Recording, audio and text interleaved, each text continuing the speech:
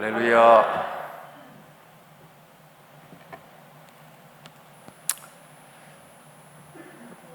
이 아침에 귀한 여러분들을 뵙게 돼서 너무 감사합니다.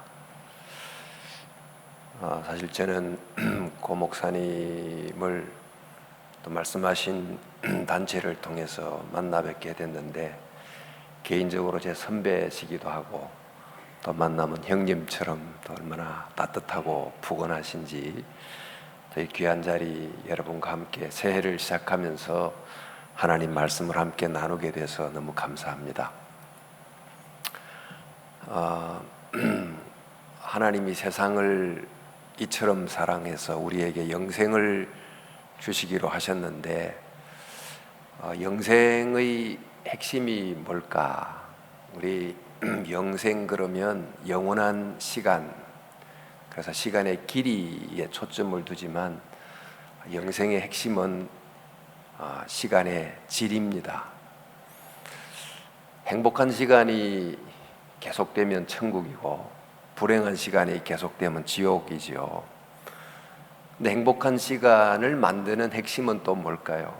우리가 천국 가서 좋은 환경, 좋은 상황을 누리며 사는 것도 복이 있겠지만, 정말 영생 행복의 본질은 가장 행복하게 하시는 분과의 영원한 동행입니다. 바로 그분이 예수님 아닙니까? 우리가 이 땅에 살면서 삶을 힘들게도 또 어렵게도 살아가지만, 이 삶을 그나마라도 버티게 만들어주는 게 뭘까요?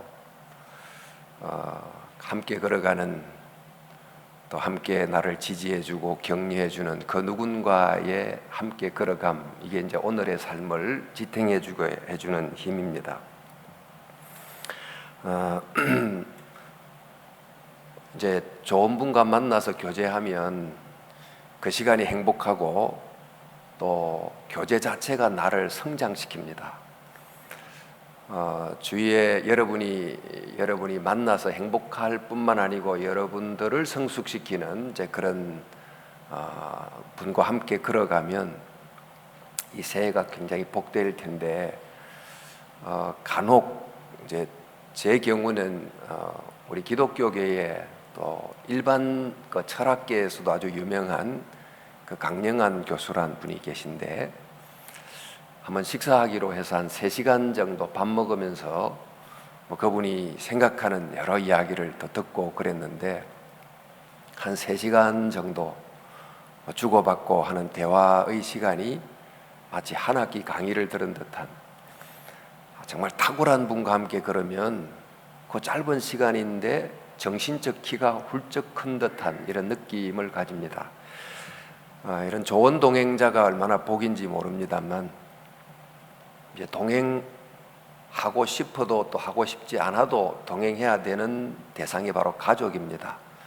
서로 함께 있는 게 너무 행복하고 그러면 가족이 작은 천국이 되겠죠. 교회 생활도 마찬가지일 테고요.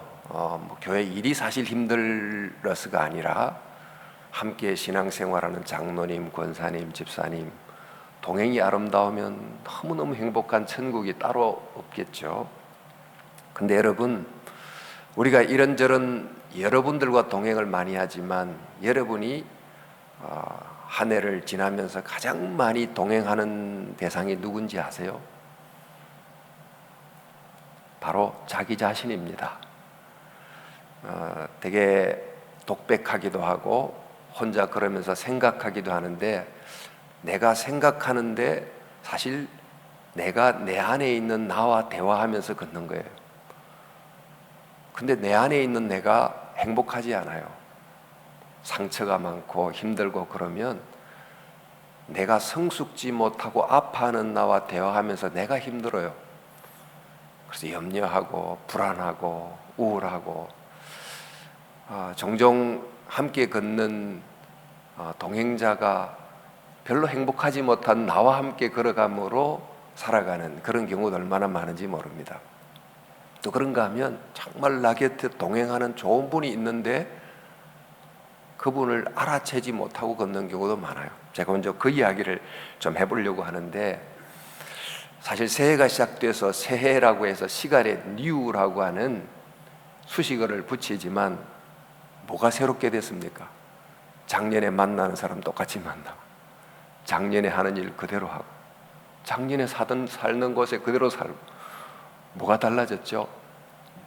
저는 어차피 함께 걷는 사람과 또 작년처럼 올해도 걷게 되는데, 새롭게 걸을 수 있으면, 또 정말 귀한 분을 새롭게 만날 수 있으면 그 새로운 마음의 동행이 한 해를 진짜 새롭게 만든다고 믿습니다. 그래서 오늘 저와 여러분이 이 한 해 행복한 동행으로 아름다운 한 해가 됐으면 좋겠습니다.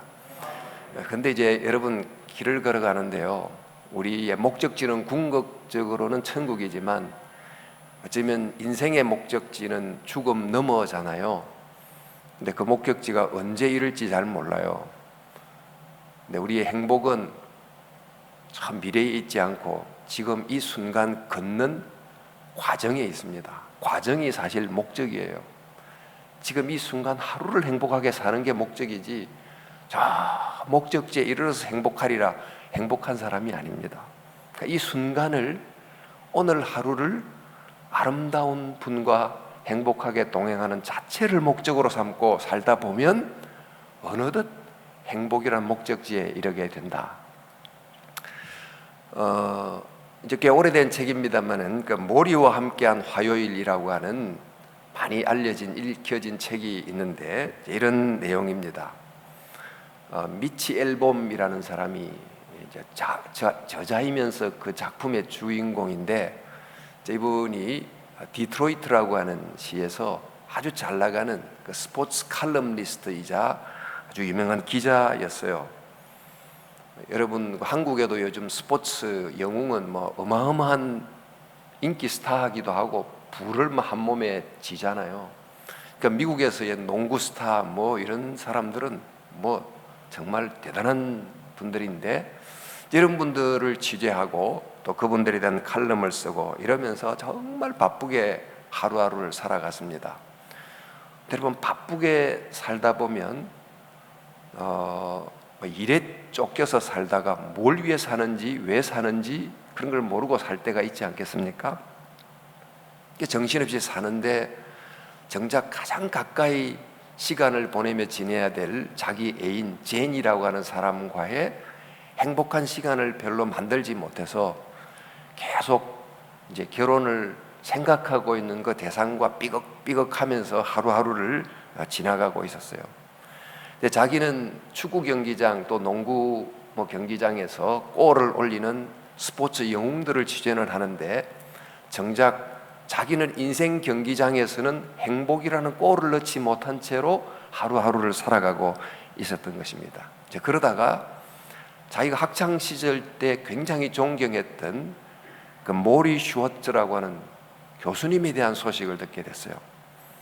이 교수님이 워낙 학교 강의 시간에 강의를 잘해서 그 교수님을 평소에 존경하고 그랬는데, 이 주인공이 스포츠에 워낙 열광한 스포츠 매니아가 돼서 교수님을 향해서도 교수님 부르지 않고 코치님 이렇게 이제 부를 정도로 스포츠를 너무너무 좋아했어요.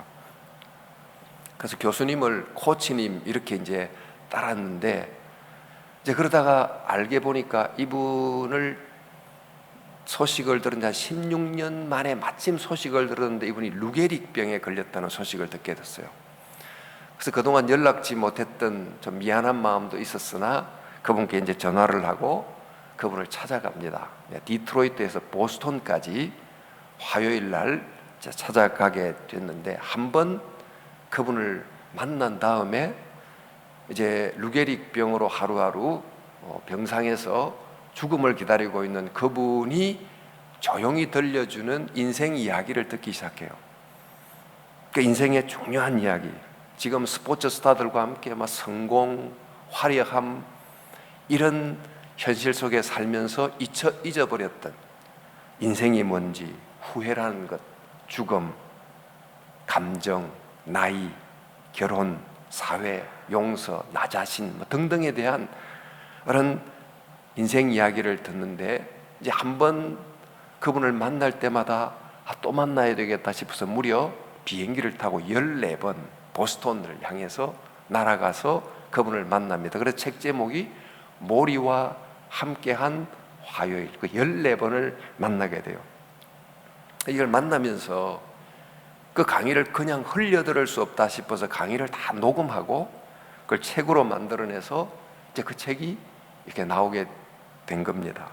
이제 14번의 만남, 약 4개월간의 동행을 통해서 이 사람이 바뀌어요. 드디어 인생 경기장에서 선수를 하는 자기 자신이 행복의 골을 넣는 선수로 바뀌는 이야기, 이게 바로 이 책의 내용입니다. 제가 이 책을 예로 든 것은 좋은 분과의 한 서너 달만 지속적으로 만나기만 해도 그 동행이 나를 바꾼다는 거예요. 여러분, 이 아름다운 동행 이야기는 또 하나 예를 들자면 예수님의 제자들 이야기이기도 합니다. 여러분, 예수님의 제자들 대부분은 이제 갈릴리에서 고기를 낚는 어부들이었는데 그 구성원이 굉장히 다양했습니다. 이 다양한 구성원들 중에는 너무나 화를 잘 내가지고 벌컥하면 화를 잘 내서 예수님이 우레의 아들 이렇게 별명을 붙여준 요한과 야고보라는 제자가 있었고, 너무 성질이 급해가지고 생각보다 몸이 먼저 앞서 나가서 퍽 하면 실수를 잘하는, 우리가 잘 아는 시몬 베드로도 있고, 또 로마 생각하면 피가 거꾸로 솟는 혁명당원 시몬이라는 사람도 있고, 또 그런가 하면 로마의 세리 일을 하면서 살았던 마테라는 사람도 있고, 모인 구성원이 이런 사람들이 모여서 12사람이 함께 동행하면 그 동행이 어땠을 것 같아요? 행복했을 것 같습니까? 말 그대로 지지고 볶고 살아가는, 정말 저 사람 때문에 싫고 저 사람 때문에 괴롭고 늘 하면 뒷담화 막 쏟아내고 그런 공동체가 되지 않았겠습니까? 근데 만약 이 12사람을 축구선수 11명의 축구선수로 뛰었으면 결과가 어떻게 됐을까요? 패스도 안 하고 혼자 공 잡고 드리블 하다가 골대 앞에서는 전부 실축하고 100점 100패 하는 팀이 됐을 겁니다. 그런데 12명의 이 사람들과 함께 걸어가는 한 분의 코치가 등장하셨어요. 이분 코치가 함께 먹고 함께 자고 함께 지내고 이제 그러면서 이 사람들이 점점 바뀌어 간 거죠. 앞서 말한 미치 앨범이라고 하는 사람을 몰이란 교수가 한 4개월 만났고, 그랬던 것처럼 또 우리 잘 아는 히딩크란 감독이 한국 축구 선수를 만나서 코치를 하고, 그러면서 정말 축구 선수가 바뀐 것처럼 그 12명의 제자들이 얼마나 바뀌었는가, 바뀐 정도가 우리가 다 알듯이 자기 하나 제대로 못 바꾼 사람들이 세상을 바꾸는 사람들이 있었어요.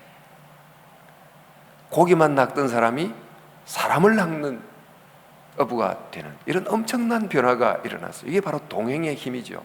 그 예수님께서 그 12제자들과 한 3년 동행하시고, 그리고 예수님은 그 동행으로 끝나지 않고 그 이후에 그들을 내면 속에서, 그들의 심령 속에서 동행하도록 보혜사 성령님을 보내주셔서 그들의 삶의 모든 곳에 동행하심으로 정말 세상을 뒤집어 놓는 사람들로 바뀌었다. 이게 바로 우리가 읽는 신약 성경의 이야기 아닙니까?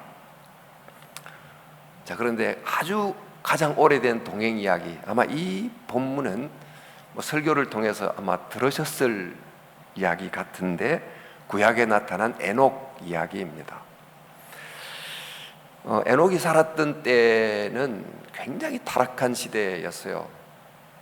사실 타락한 시대에는 서로를 함께 있으므로 좋은 사람이 만나면 서로 자꾸 선순환이 일어나는데, 나쁜 사람, 말하자면 학생이 나쁜 친구 만나면 더 나빠지고 조폭끼리 만나면 더 악해지고, 이런 것처럼 이 악의 악순환이 계속된 시대였어요. 여러분 알듯이 가인과 아벨, 가인이 아벨을 살해합니다. 왜 살해합니까? 자기가 제사를 드렸는데 하나님이 자기 제사를 받지 않으신 거죠. 그러면 어떤 태도를 가지는 게 맞습니까? 왜 나의 제사를 받지 않으셨을까? 내가 드린 제물에 문제가 있을까? 제물을 바친 나에게 문제가 있을까? 자, 그것을 물었다면 답이 있을까요, 없을까요? 답이 있지요. 하나님이 이유도 없이 안 받겠습니까? 그러면 제물을 바친 나의 어떤 면이 문제가 있기 때문에 받지 않으셨겠다 생각하고 그걸 고쳤다면 어떻게 됐을까요? 하나님이 가인의 제사를 받으셨을까요? 당연히 받으시죠. 자, 그렇게 되면 가인은 자기를 고치고 아벨과 좋게 형제 사이로 살아가게 됐을 텐데 가인이 그렇게 하지 않죠. 하나님이 나의 제물을 받지 않아 불쾌하고 부당하고, 아벨의 제사를 받아 미워, 이거 쳐 죽여버린 거죠.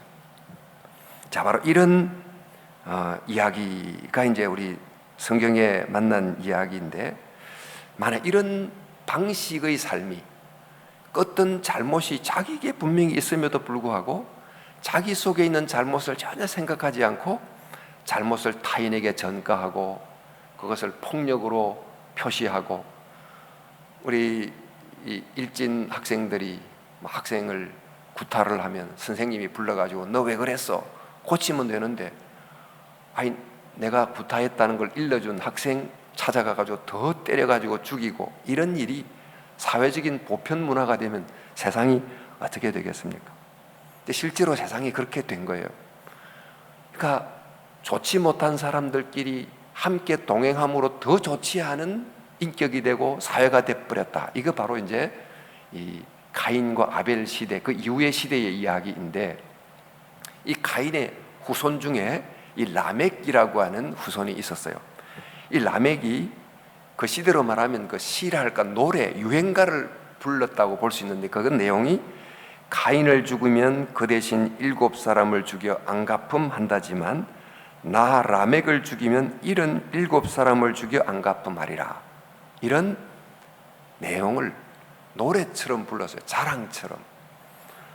즉 우리 조상은 자기에게 잘못한 사람 7배로 복수를 했지만 나는 얼마나 힘이 좋은지, 나를 건드리면 나는 77배를 복수하는 사람이야. 나는 이 정도가 돼. 이렇게 하고 그걸 자랑으로 노래로 이제 부를 정도가 됐으니 이 세상이 어떤 세상이 됐겠습니까? 그래서 하나님이 이 세상을 보시고 내린 평가가 여호와께서 사람의 죄악이 세상에 가득함과 그의 마음으로 생각하는 모든 계획이 악할 뿐임을 보시고 이렇게 평가를 했어요. 이런 시대에 사람들이 서로 함께 살면 서로 점점 나빠지는 길을 가게 됐을 텐데, 이제 그럴 때 어떤 한 사람이 한 65세가 됐을 때 특별한 일을 만나게 돼요. 이 사람이 그때 어떤 일을 경험했는지 우리는 잘 모르지만 어떤 일을 통해서 자기 인생을 향한 깊은 메시지를 듣게 된 것 같습니다. 그 메시지의 주된 내용은 지금 가인의 길을 따라가는 이 세상의 길, 이 길은 반드시 심판이 있다. 이런 메시지를 듣게 된 거죠. 여러분, 이 이야기, 이 메시지를 듣고는 그 메시지를 자기 그때 태어난 아이의 이름 속에 담습니다. 그게 바로 무두셀라라고 하는 아이의 이름을 지었는데, 무두셀라는 무투란 말이 심판 이런 말이고, 또 살라트란 말이 보낸다 그런 뜻이니까 심판을 보낸다 이런 뜻입니다. 실제로 이제 무두셀라의 후손인 노아가 이제 방주를 만들고 노아의 때에 마침내 이제 하나님께서 이 세상을 향한 심판을 보냈다 이런 기록이 있습니다만, 이 무두셀라가 성경에 나타난 인물 중에 가장 오래 산 인물이에요.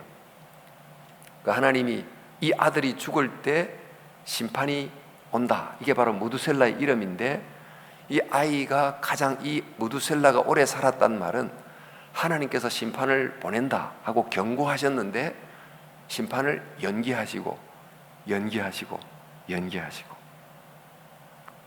마침내 돌아오기를 기다리셨다, 이런 이제 의미를 갖고 있습니다.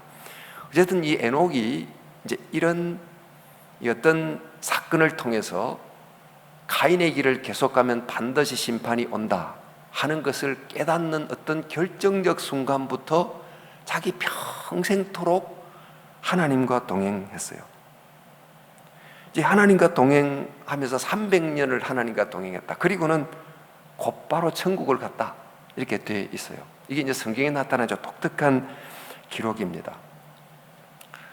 여러분, 에녹을 통해서 이제 배우고 싶은 중요한 것 하나는 어떤 일이 우리에게 일어납니다. 작년에도 많은 일이 일어났을 거고, 올해도 내가 원컨 원치 않건 나를 찾아오는 많은 일들이 있을 텐데, 그 일들은 그냥 사건으로만 오지 않고 이 사건을 통해서 어떤 메시지가 있어요.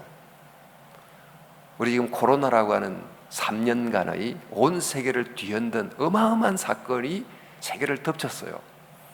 그 세계가 이제 덮쳐서 드디어 코로나가 좀 잠잠해지는데, 이 3년이라는 이 엄청난 사건을 겪고 나서 이것을 통해서 어떤 레슨을 들어야 되잖아요.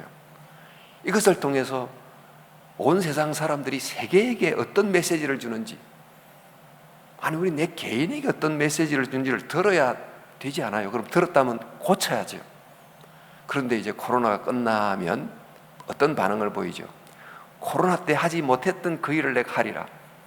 여행 가고 또 즐기고 놀고 이렇게 하자고 생각하면, 이게 3년 동안 어마어마한 방식으로 우리의 사건이 다가와서 레슨을 줬는데 아무런 변화가 없어요. 메시지를 듣지도 못했어요. 그저 한 가지는 코로나 동안 하지 못했던 것을 내가 하리라. 그래서 코로나 이전의 방식을 그대로 살아가면 어떻게 되죠? 또 코로나가 오는 거죠. 코로나를 만들어냈던 삶의 방식을 바꾸자 해야 이 코로나라는 엄청난 사건을 통해 주신 메시지를 듣고 사람이 바뀌게 되잖아요. 에녹이 아마 그 시대에 에녹뿐만 아닌 여러 사람들도 느낄 수 있는 어떤 사건이 분명히 있었을 텐데, 다른 사람들은 그 사건을 통해 주는 메시지를 듣지 못했고 에녹은 들은 거예요. 이런 길로 가면 망하는구나. 지금 가인의 길로 이 아벨을 때려 죽이는 이런 방식으로 자기의 잘못은 보지 않고 책임을 남에게 전가하고 이런 방식으로 가면 하나님이 반드시 심판한다는 것을 자기는 깨달은 거예요. 깨닫고 세상의 삶의 방식을 버리고 터닝을 하게 됐고 그 길을 끝까지 가게 됐다는 거예요. 이게 바로 이제 에녹의 이야기인 거죠. 우리 전도서에 보면 이런 말씀이 있습니다. 형통한 날에는 기뻐하고 곤고한 날에는 되돌아보아라. 우리 살면서 한 해는 이 두 종류의 사건이 일어납니다. 형통한 일도 일어나고 곤고한 일도 일어나요. 형통한 일이 일어날 때도 그 일을 통해서 레슨을 얻어야 돼요. 하나님이 왜 이런 좋은 일을 주셨나? 또 어려운 일이 일어나면 왜 이런 어려움을 주셨는가? 이런 형통한 일과 곤고한 일을 통해서 보세요. 기뻐하고 되돌아보라, 이런 말은 주어진 사건을 통해서 메시지를 들으라, 이런 말인데, 이 사건들이 메시지가 되려면 말씀을 통해서 메시지를 듣는 거예요. 하나님의 말씀을 알아야 좋은 일이 일어나면 이건 하나님께 더 감사하고 더 충성하라는 뜻이구나 하는 메시지를 듣게 되죠. 곤고한 일이 닥치면 하나님 말씀 안에 있는 사람들은 어떤 점을 돌이키고 회개하라고 하는 하나님의 메시지를 듣잖아요. 이제 이렇게 우리가 사건을 만날 때 에녹이 그랬던 것처럼 나에게 주시는 하나님의 메시지를 듣는 것이 굉장히 중요합니다. 사실 하나님과의 동행은 여기서부터 시작해요. 나를 찾아오는 어떤 사건을 통해서, 어떤 사람을 통해서 나를 찾아오는 그분을 만나는 거예요. 동행은 바로 거기서 시작해요. 여러분, 우리 이제 또 새해가 시작이 됐습니다만은, 하나님은 때로는 강단에서 말씀을 통해 나를 찾아오시기도 하고, 누구와의 만남을 통해 찾아오시기도 하고, 얘야 이제 나와 함께 걷자 하고 나에게 찾아와요. 그 찾아오시는 그분을 만나야 동행이 되잖아요. 그러니까 이 안에 여러분에게 다양한 방식으로 하나님이 마치 볼지어다 내가 문 밖에 서서 두드리노니 누구든지 내 음성을 듣고 문을 열면 내가 그와 함께 먹고 그와 더불어 먹고 마신다는 요한계시록의 말씀처럼 하나님이 어떤 사건을 통해서 내 마음에 노크를 하면서 얘야 내가 너와 함께 동행하기를 원한다, 이런 노크 소리가 있는 거예요. 그 노크 소리를 라오디게아 교회는 듣지를 못했어요. 근데 저와 여러분들은 이 안에 그 노크 소리를 들으면서 나를 찾아오시는 주님을 만나는 복된 한 해가 될 수 있기를 바랍니다. 자, 여러분, 이렇게 에녹이 65세 어떤 사건을 통해서 나를 찾아온 그 하나님의 노크 소리를 듣고 마음의 문을 열고 하나님의 메시지를 듣고 그리고 하나님과 동행하기로 결심했어요. 그런데 하나님과 동행하기로 결심했는데 그 결심을 꾸준히 실행하는 건 또 다른 문제예요.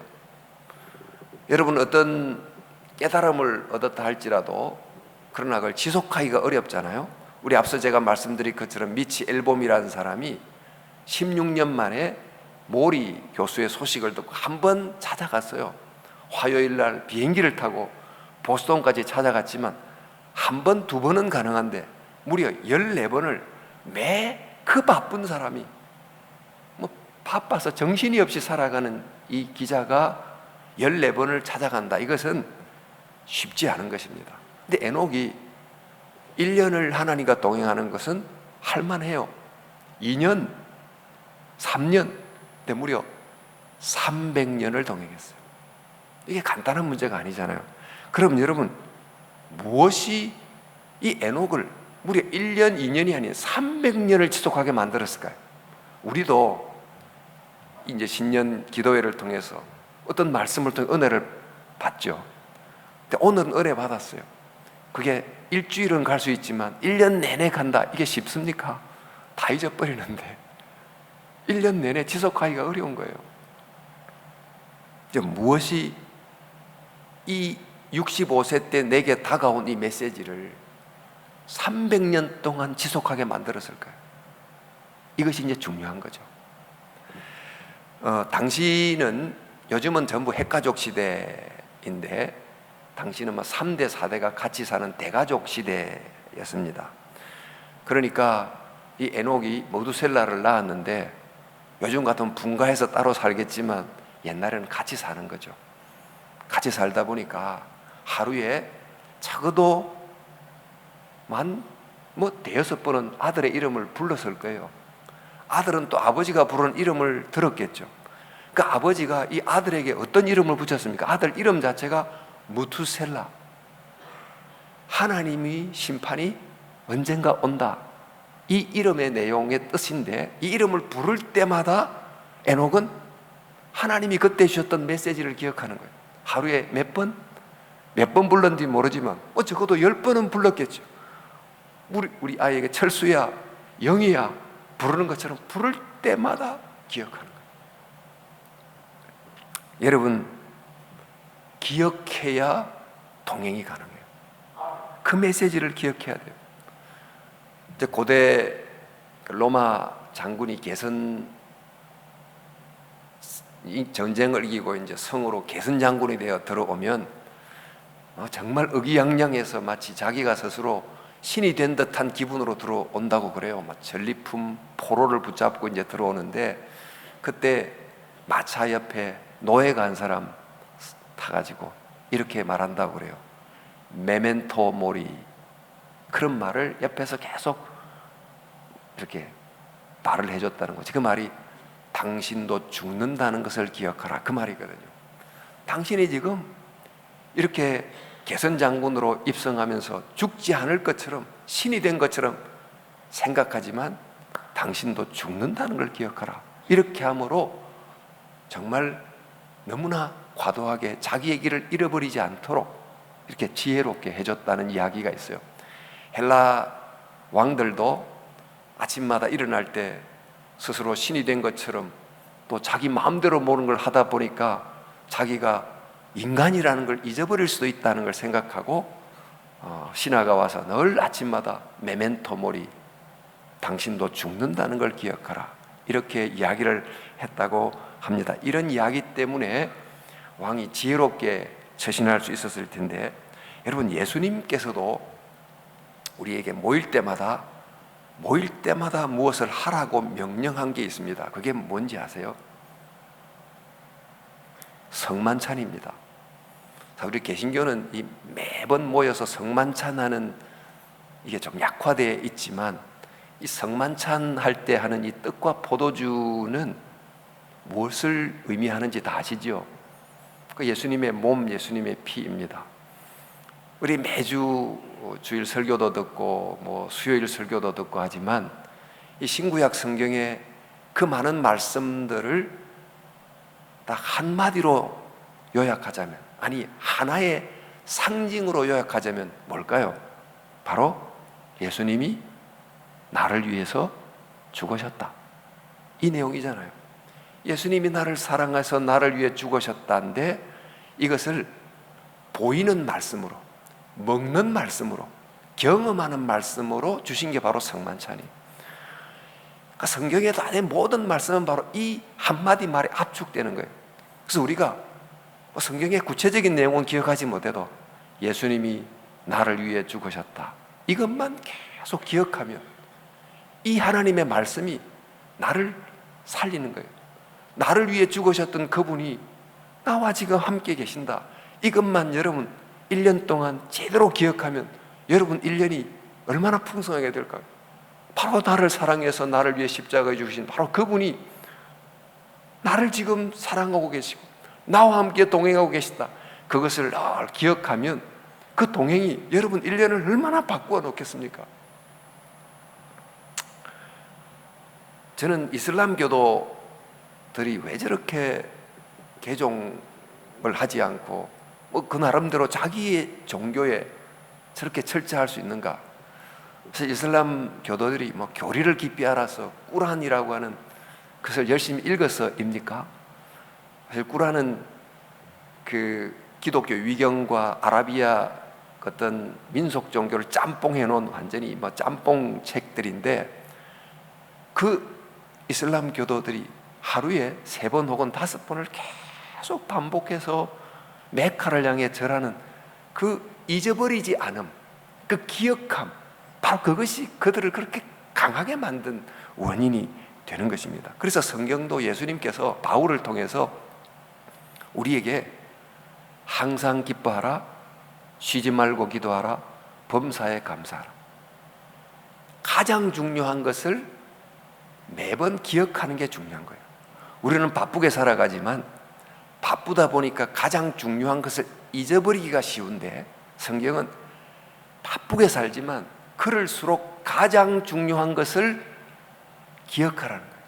항상 쉬지 말고 범사에, 이 기억하는 것이 중요한 것입니다. 자, 여러분, 그래서 이제 에녹은 이 무두셀라라고 하는 아이의 이름을 부르면서 하나님의 심판과 구원을 매일 여러 차례 기억하면서 동행하게 됐어요. 자, 그런데 여러분, 조금 더 생각해 봅시다. 이제 무두셀라가 동행을 했는데, 이 무두셀라의 이름이 뭐예요? 심판이 온다는 거잖아요. 지금 세상에 심판이 오는데, 심판이 무두셀라 생전에 왔습니까? 안 왔습니까? 안 왔습니다. 근데 무두셀라는 에녹 생전에 심판이 오지 않았어요. 근데 에녹이 심판이 언제 올지는 몰랐어요. 1년 뒤에 오나? 2년 뒤에 오나? 자기 죽을 때까지 하나님이 말씀하신 이 악한 세상을 향한 심판이 온다는 게 이루어졌습니까? 아니면 이루어졌습니까? 에녹의 생전에는 이루어지지 않았어요. 그러면 에녹이 하나님의 심판이 온다는 것을 믿었는데 1년이 기다리도 안 오고 2년이 기다리도 10년, 100년이 지나도 오지 않았으면 의심이 생겼을까요? 안 생겼을까요? 에녹의 마음속에 이 정말 맞는가? 정말 심판이 오는 건가? 홍수가 온다는데 정말 비가 내리는 건가? 의심이 여러분 들지 않았겠습니까? 이럴 때 어떻게 해야 될까요? 여러분, 저와 여러분들이 인생 광야를 지나갑니다. 저 광야에 하나님이 동행하신다, 하는데 늘 동행한다는 확신으로 충만해서 하루하루를 살아갑니까? 어떤 때는 하나님이 계신가? 하나님이 나와 함께 계신가? 그런 의심이 들 때가 있지 않습니까? 이 광야라고 하는 것은 어떨 때는 불기둥, 구름기둥이 곁에 동행하면서 하나님이 나와 함께 계신다고 하는 하나님의 그 현존이 생생하게 느껴질 때도 있는가 하면 하나님이 전혀 보이지 않는 하나님의 부재가 경험되는 곳이기도 해요. 그러니까 확신과 의심이 교차하면서 우리가 살아가잖아요. 그런데 확신이 충만할 때는 괜찮아요. 근데 확신이 사라진 의심이 들 때는 어떻게 하나님을 나와 함께 계신다고 믿고 동행할 수 있을까요? 이게 바로 믿음이에요. 여러분, 이제 에녹을 두고 신약의 그 히브리서 11장에 보면 믿음의 영웅들 이야기가 나오는데 그 중에 이제 에녹이 등장합니다만은 에녹에 대해서 이렇게 씁니다. 히브리서 11장 5절에 믿음으로 에녹은 죽음을 보지 않고 옮겨졌으니 그는 옮겨지기 전에 하나님을 기쁘시게 하라는 증거를 받았느니라 그랬어요. 에녹이 죽음을 보지 않고 옮겼으니 그 옮겨지기 전에 하나님을 기쁘시게 하는 자라는 증거를 받았다 그랬어요. 에녹이 생전에 하나님을 기쁘시게 하는 일을 했는데 에녹이 무슨 일을 통해서 하나님을 기쁘시게 했을까요? 그러니까 하나님은 에녹의 어떤 점을 기뻐했을까요? 에녹이 하나님을 위해서 굉장한 일을 했을까요? 업적을 남겼을까요? 사실 이제 에녹은 성경에서 적어도 보니까 특별한 드러난 일을 한 것 같지 않아요. 그 에녹이 하나님을 기쁘게 한 것은 딱 한 가지예요. 매일 하나님을 기억하고 일상을 걸어간 거예요. 여러분도 이제 한 해를 통해서 하나님을 위해서 내가 이 한 해 특별하게 무엇을 해보리라 하지만 그 특별한 어떤 한두 가지가 하나님을 기쁘게 하는 게 아니고 일상 속에서 아침에 눈 뜨고 저녁에 잘 때까지 하나님이 나와 함께 계신다는 것을 기억하는 그 자체를 하나님이 기뻐하는 거예요. 그게 하나님이 정말 바라는 거예요. 내가 아버지로 살면서, 어머니로 살면서, 아들로 살면서, 내가 직장인으로 살면서 나와 함께 하나님이 걷는다는 그것을 기억하며 하루하루 걷는 그 자체를 하나님이 정말 기다리는 거예요. 그걸 바라는 거예요. 내가 대단한 일을 하는 걸 원치 않으시고. 자, 그래서 이제 에녹이 걸었는데 에녹에 대한 믿음 내용에 보니까 11장 6절 이렇게 돼 있어요. 믿음이 없이는 기쁘시게 못하나니 하나님께 나아가는 자는 반드시 그가 계신 것과 그가 자기를 찾는 자들에게 상 주시는 이심을 믿어야 할지니라 이렇게 돼 있습니다. 에녹이 믿었는데 그래서 믿음으로 하나님을 기쁘시게 했는데 그 에녹의 믿음이 뭐냐 하면 반드시 그가 계신 것과 그가 자기를 찾는 자에게 상 주시는 이심을 믿는 것이에요. 우리는 이 구절만 딱 떼놓고 믿음이라는 하나님이 계시다는 걸 믿는 것, 하나님이 상 주시는다는 걸 믿는 것 이렇게 생각하지만 이게 이제 에녹의 믿음 이야기예요. 에녹의 맥락에서 생각해야 됩니다만 여러분 하나님이 계신 것을 믿는다 이 말은 좀 하나님이 존재한다는 걸 믿는다 그렇게 생각되지만 이 에녹 이야기와 맥락에서 보면 그런 뜻이 아니에요. 에녹 당시는 하나님의 존재를 믿지 않는 사람이 없었어요. 요즘 우리 사실 이 몇백 년 전까지만 해도 어떤 신을 믿느냐만 차이가 있었을 뿐이지 신이 없다고 믿는 사람은 아무도 없었어요. 무신론자가 없어요.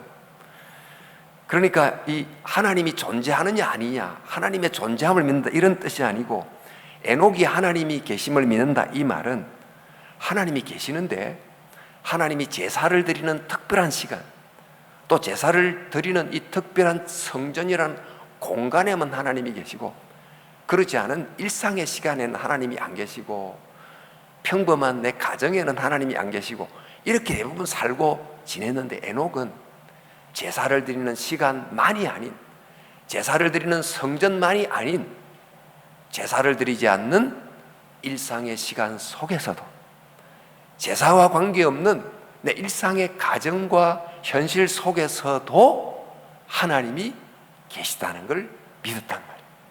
이게 바로 에녹의 믿음이에요. 이게 바로 동행의 비결이죠.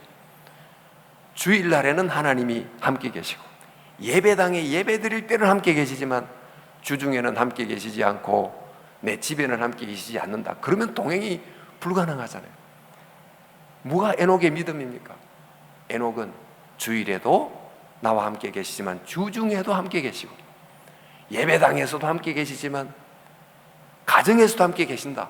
이게 바로 하나님이 계심을 믿었던 에녹의 믿음이에요. 이게 바로 동행을 가능하게 한 거죠.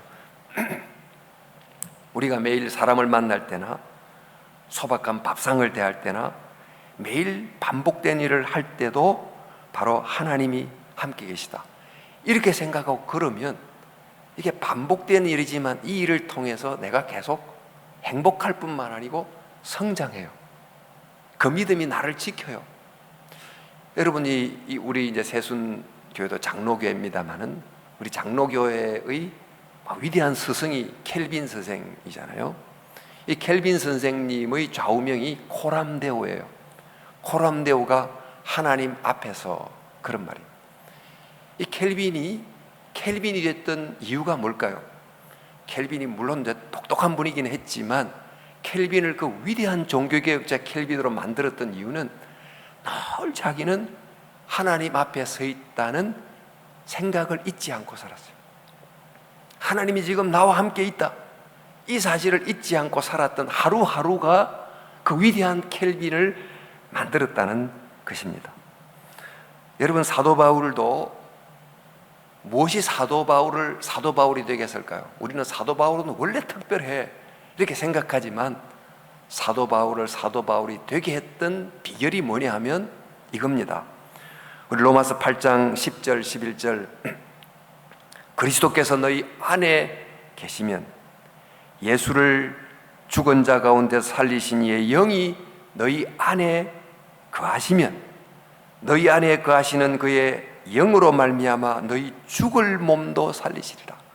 이 구절에 보면 그리스도께서 너희 안에 계시면 너희 안에 거하시는 세 번째 반복이 되어 나오는데, 바울은 지금 이 순간 하나님이 나와 함께 계시다는 그 의식을 늘 붙들고 살았어요. 바로 그 의식이 바울이 되게 만들었어요. 바울이라고 특별히 슈퍼스타라서 달라진 게 아니에요. 모든 사람이 만약 이런 하나님의 동행의식을 잊지 않고 살아간다면 지극히 평범한 저와 여러분들도 반드시 달라지게 돼 있어요. 작년과 올해가 달라지고 올해와 내년이 달라지게 돼 있습니다. 근데 문제는 이제 주님이 우리 곁에 계시는데 이 주님이 우리와 동행함을 잘 모르고 산다는 데 문제가 있어요. 우리 고린도서 3장 16절에 너희가 만일 하나님의 성전인 것과 하나님의 성령이 너희 안에 계신 것을 알지 못하느냐. 우리 예수님이 부활하신 다음에 엠마오로 제자들이 내려갈 때 옆에 같이 서서 걸었습니다. 근데 엠마오로 내려가는 제자들이 예수님이 옆에 서 계신데 알았을까요? 몰랐을까요? 몰랐어요. 모르다 보니까 실망하고 낙담하고 정말 예루살렘의 회복이 있기를 기대했는데 이거 정말 물거품이구만 이렇게 이제 내려갔단 말이죠. 근데 예수님의 동행을 알게 되면서부터 다시 예루살렘으로 돌아가고 정말 제자가 되지 않습니까? 예수님의 이름이 뭐죠? 예수님의 이름은 그리스도이기도 하고 예수님의 이름은 임마누엘인데 임마누엘이라는 말을 다르게 바꾸면 뭡니까? 동행이에요. 지금 이곳에서 나와 함께 동행하는 것입니다. 여러분, 저희가 이제 만약 시력이 잘 약해지거나 없으면 분명히 이 물건이 있는데 내게는 없어요. 왜죠? 이것을 보는 나의 감각 자체가 없어졌기 때문에 그래요. 소리가 분명히 들리는데 제가 청력이 없어지면 소리는 존재하는데 내게는 없어요. 문제는 소리가 없습니까? 사물이 없습니까? 그 사물을 인지할 수 있는 시각이 없는 거고 소리의 존재를 느끼는 청각이 없는 거잖아요. 예수님이 내 곁에 계시지 않습니까? 예수님이 나와 동행하지 않습니까? 아니면 그 예수님의 동행을 인지할 수 있는 영적 감각이 내게 태화된 겁니까? 뭐가 맞는 거예요? 예수님은 임마누엘로 우리와 함께 하시지만 그 함께 하심을 볼 수 있는 영적인 눈이 약해져 있고, 그분의 나를 향해 말씀하시는 하나님의 음성을 듣는 영적 귀가 작동을 잘하지 않다 보니까 말씀하시는데도 듣지 못하고 동행하는데도 보지 못하는 것입니다. 그래서 우리에게는 이 한 해를 가면서 함께 하시는 주님을 보는 훈련이 필요하고 그분의 음성을 듣는 훈련이 필요한 것입니다. 여러분, 훈련을 자꾸 하면 굉장히 발달이 돼요. 여러분, 음악 하시는 분들도 우리 일반적인 우리와 함께 음을 듣는 벌써 능력이 완전히 틀립니다. 우리가 못 듣는 걸 듣습니다. 미술하는 사람들도 색을 보는 눈이 완전히 달라요. 운동선수 한번 보세요. 훈련하고 훈련했더니 뭐 축구선수 이번에 또 월드컵도 했지만 공을 다루는 것이 완전히 막 갖고 놀지 않아요. 훈련이 만든 힘은 이런 거예요. 훈련이 굉장한, 여러분들도 어떤 한 분야를 전문적으로 훈련하면 다른 사람과 비교를 초월할 정도로 그 분야에서 대단한 실력을 발휘할 수 있는데, 영적인 것도 그렇습니다. 우리는 훈련하면 비로소 주님이 나와 함께 하시고 나와 함께 동행하신다는 것을 다른 사람보다 점점 알아가게 되고, 그것을 알게 되면 그 동행이, 그 깨달음이 나를 바꾸는 거죠. 그래서 여러분, 이 한 해 동안 예수님이 동행하시죠. 그 하시는 것을 알 수 있도록 보도록 하는 영적인 훈련을 꾸준히 하십시오. 기도하시고 말씀하시는 훈련을 제대로 하면 예수님의 동행을 깨닫게 되고 이 동행이 놀라운 은혜를 끼치게 될 것입니다. 이제 프랭크 루박이라고 하는 분이 계신데, 이분이 1분 게임이라고 하는 책을 썼는데요. 이분이 이제 필리핀 선교사로 활동을 하셨는데, 이분도 이제 마음속에 주님이 우리와 함께 하시는데 정말 함께 하신다는 것이 사실이라면 내가 경험해야 되지 않겠는가. 한번 나는 실제로 주님이 함께 한다고 믿기는 하지만 그게 체험이 별로 안 되다 보니 정말 그런지 아닌지를 한번 실험해보자. 그래서 실험하는 마음을 가지고 내게 느껴지지는 않지만 있다고 믿고 한번 행동해보는 거예요. 그래서 옆에 계시다고 믿고, 주님, 저 오늘 누구 만나러 가는데 함께 해주실 거죠? 하고 이제 있다고 믿고 이제 말을 하고 가는 거예요. 또 이 자리에 주님 함께 계시지요? 보고 계시지요? 하고 생각하고 행동하고 해보는 거예요. 하루 해보고, 일주일 해보고, 한 달 해보고, 몇 달 해보고, 그러면서 비로소 하나님이 나와 함께 계시다는 동행을 계속 더 깨닫고 감지하는 능력이 생겨나게 됐어요. 그래서 이분이 이제 쓴 책이 예수님과의 임재연습이라는 책이 나왔고, 이 책에 감동을 받았던 분이, 여러분 혹시 인터넷에 자주 여러 목사님들 설교도 들어있어요. 유기성 목사님이라는 분이 예수 동행 훈련 그래가지고 이제 하는 게 바로 이분 책에서 나왔다고 보면 되는데요. 하여튼 이분이 이제 이 1분 게임이라는 책에서 어떻게 자기가 예수님과 동행을 연습했는가, 그 연습한 내용을 이렇게 썼어요. 1분에 1초씩 예수님의 이름을 부르는 연습을 하자. 1분에, 그러니까 여러분 1시간 기도하는 거 어렵잖아요.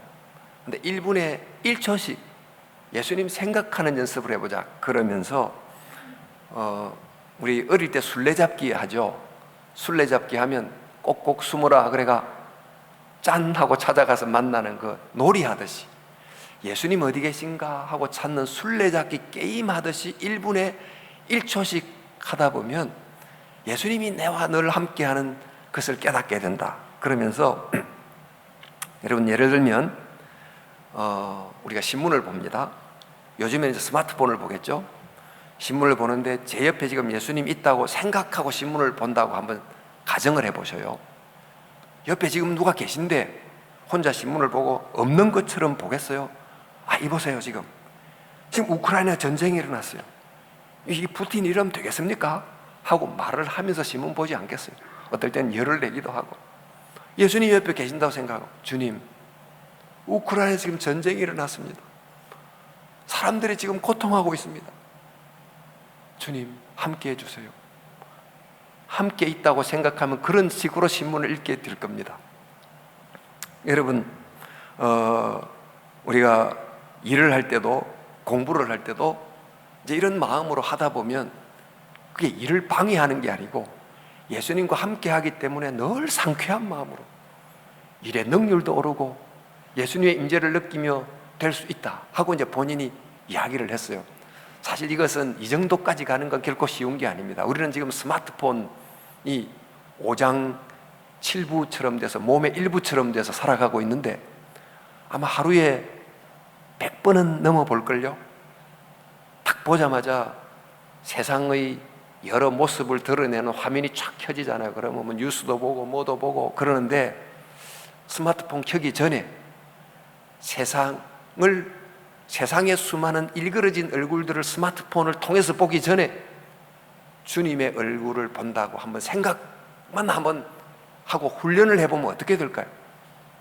그때마다 화면이 켜지기 전에 주님 한번 부르고 스마트폰을 켜고 이러면 하루에 한 100번은 여러분 예수님 생각할 거예요. 100번을 예수님 생각하면 예수님 나와 함께 있다는 것을 생각하고 그 생각이 나를 바꾸는 거예요. 그 동행이 나를 바꾸는 것입니다. 여러분, 에녹이 예수님을 늘 생각했더니 그래서 1년을 걷고 2년을 걷고 그랬더니 결국 어떻게 됐어요? 자신이 너무 성화가 돼가지고 변화가 돼서 바로 천국으로 직행했다고 돼 있어요. 이 천국으로 직행하려면 천국에 갈 만큼 수준이 올라야 가는 거잖아요. 이 말은 즉 살면서 다른 사람은 나이가 들면서 나이만 들 뿐이지 인격은 성숙하지 않은 채로 그냥 늙어갈 뿐이지 익어가지는 못하는 사람이 되는 경우가 있지만 한 해가 지나고 두 해가 지나고 갈수록 내면이 깊어지고 영성이 깊어지고 정말 사람이 따뜻해지고 겸손해지고 예수님 닮은 모습이 계속 생겨났다는 거예요. 뭐가 에녹을 그렇게 만들었죠? 동행이 그를 만든 거예요. 저와 여러분들도 무엇이 우리를 다르게 만들까요? 무엇이 우리의 환경을 다르게 만들까요? 우리에게 무슨 일이 일어날지 우리는 몰라요. 새해에 좋은 일이 일어나면 좋겠지만 그것은 우리의 소관이 아닙니다. 어떤 일이 찾아올지 모르나 어떤 일이 찾아와도 내가 주님과 동행하는 것을 믿고 살아가면 좋은 일은 더 좋게 되고 나쁜 일은 예수님의 그 예술가적 손 안에서 합력하여 선을 이루어서 나쁜 일도 좋게 바뀌게 되는 거예요. 이 동행이 만든 위대한 일이 일어나는 것입니다. 그래서 여러분 마치 제가 앞서 말씀드린 미치 앨범이라는 사람이 모리 교수를 14번 만났더니 그 14번의 만남이 그 사람을 바꾼 것처럼 예수님의 제자들이 예수님과 3년을 동행했더니 세상을 바꾸는 사람이 된 것처럼 저와 여러분들이 너무나 평범한 사람이지만 일상 속에 예수님을 자주 기억하고 동행하면 반드시 놀라운 변화가 일어나게 될 줄로 믿습니다. 이런 아름다운 동행의 한 해가 되면 누구와 함께 걷느냐가 시간의 질을 정합니다. 사랑하는 사람과 함께 가면 아주 완행열차도 너무너무 행복한 시간이 되지만 너무 불편하고 싫은 사람은 아주 초고속 열차를 타고 가도 짧은 시간이 괴로워 견디지를 못해요.